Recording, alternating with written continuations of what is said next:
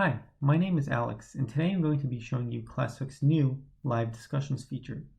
Live discussions are a great way to involve all of your students, not just the most active participants, in your class discussion.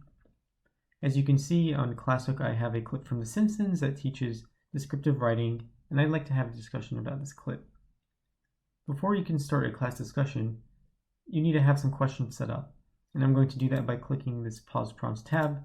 And as you can see here, I have a couple of questions already set up at 1 minute and 2 minutes and 26 seconds.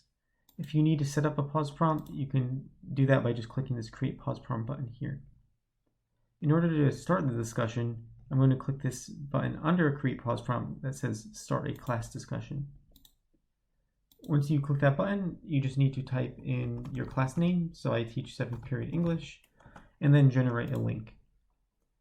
Now, you would share this link with your students. You can share the link directly if you via email or via LMS or another tool that you use. If you use Google Classroom, you can share that directly here. And if your students use their mobile devices or an iPad, they can scan the QR code and be taken directly to that link.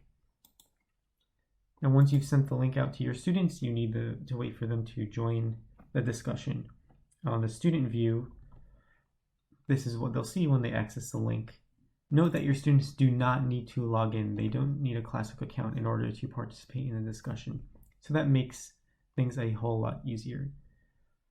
So once they access the link, they'll just type in their name. So my name is Alex. And they can choose to make their name anonymous if they're shy or they don't want their peers to see their responses associated with their name. They can do that by default by clicking this checkbox. So once they enter the discussion, their students have to wait for you to show the clip. So I'm going to go back on the teacher view. You'll see a little banner that shows your students are ready. I can see that Alex, or me in this case, is ready. And now all I need to do, once all of your students have joined the discussion, all I need to do is play the clip. I'm going to skip ahead to my prompt. You better burn a few other things. You better. So once my prompt appears on the student's view, they'll also see the prompt and they'll have the opportunity to respond. So I'm going to write an answer. He's about to read an essay on patriotism. And again, I can choose to make my name anonymous on this response. Once I post my response as a student, I can see the responses of all the other students, and that's only after I've submitted my own response.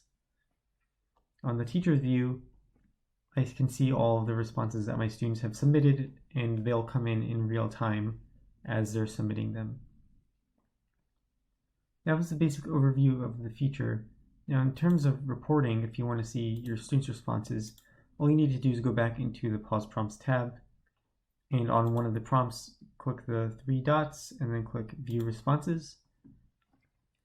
So you can see across different classes, I can see my student responses, so in 6th period English, or in 7th period English, or across all of my different classes. You can download the answers as a spreadsheet if you need to import them into another tool or a student information system.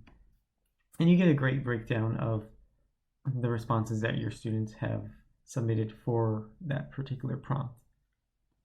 That was ClassHook Live Discussions, a great and easy way to involve your entire class in a discussion around a video.